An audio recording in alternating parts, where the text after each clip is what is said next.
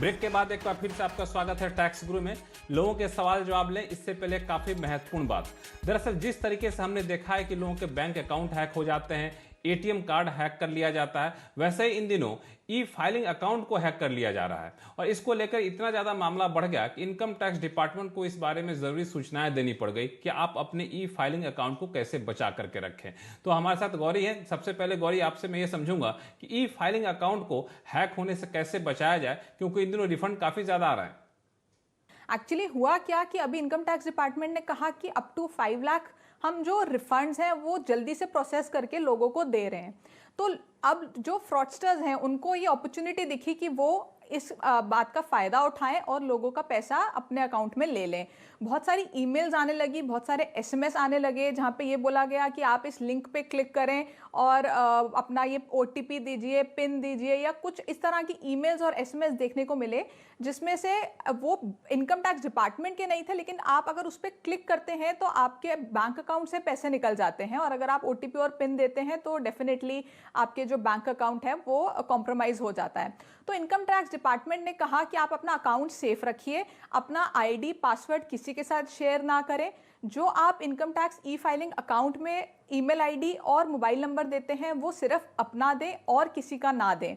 और अगर किसी भी स्थिति में आपको ऐसा लगता है कि आपका अकाउंट कॉम्प्रोमाइज हुआ है तो जल्द से जल्द कंप्लेन करें। और कंप्लेन कहाँ करनी है वो भी इन्होंने बताया। कंप्लेन करनी है cybercrime.gov.in में जाके, ऑनलाइन आप इसको कर सकते हैं।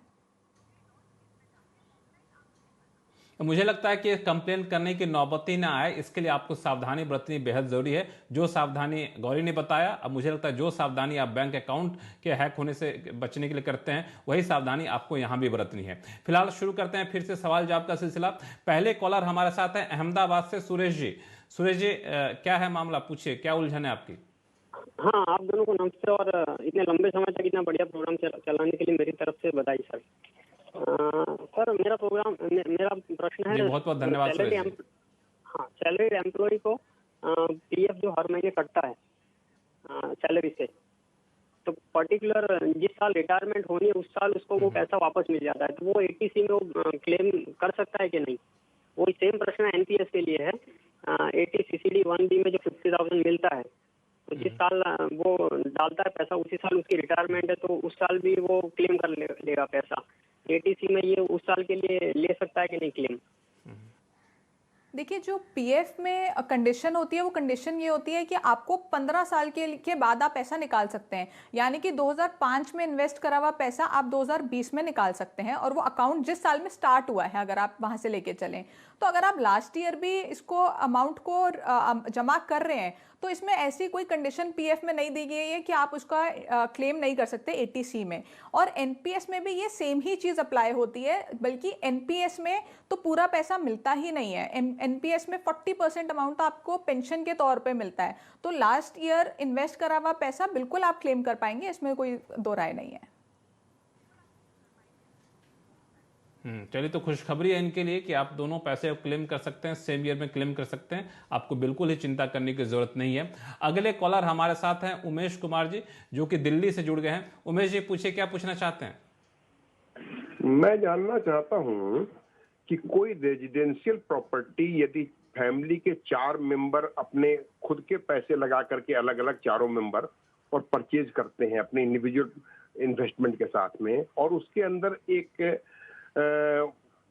नेशनलाइज बैंक से लोन भी लेते हैं वो चारों मिल करके एक साथ में उस प्रॉपर्टी को परचेज करने के लिए, और परचेज करने के बाद इस प्रॉपर्टी को अगर किसी पार्टनरशिप फर्म को अगर ये रेंट पर लगा देवे और वो पार्टनरशिप फर्म के अंदर एक पार्टनर जो चारों फैमिली मेंबर है उसका एक को ऑनर उसका पार्टनर हो, तो वैसे कंडीशन में जो रेंट आवेगा और जो इंटरेस्ट जावेगा बैंक में, इसका कैलकुलेशन चारों इंडिविजुअल मेंबर्स के हैंड में किस तरह से होगा? इसका कैलकुलेशन, इसमें सेक्शन 24 का जो डिडक्शन है वो एप्लीकेबल होगा कि नहीं होगा, और किस तरह से इसका कैलकुलेशन होगा?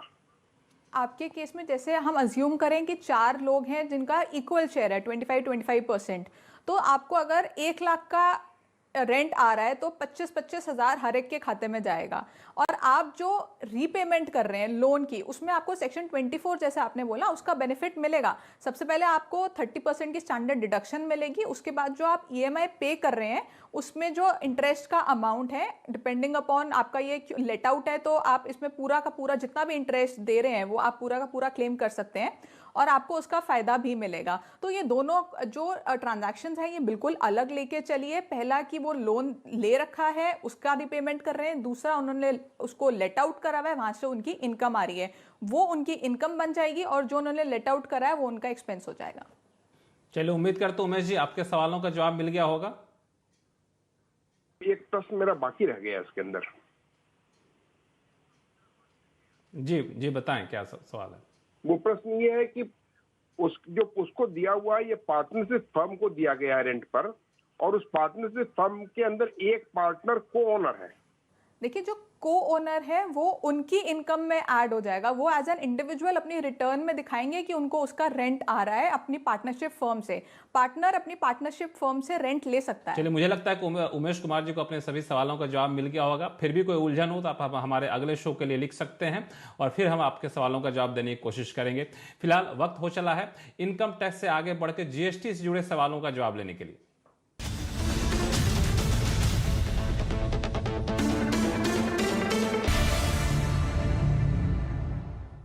GST के मुद्दे पर हमारे साथ पहले कॉलर हैं मुंबई से दिलीप पिचौलिया जी। दिलीप जी पूछिए, क्या पूछना चाहते हैं? नमस्कार जी, हम लोग GST के एक रजिस्टर्ड डीलर हैं मुंबई से, महाराष्ट्र में।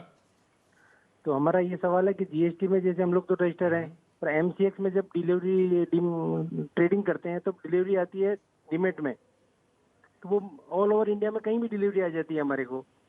और जब मुंबई का रजिस्ट्रेशन है तो वो लोग वहाँ उसको एक्सेप्ट नहीं करते हैं, हर स्टेट का अलग अलग रजिस्ट्रेशन मांगते हैं। नहीं, आपको फिजिकल डिलीवरी आती है प्रोडक्ट की?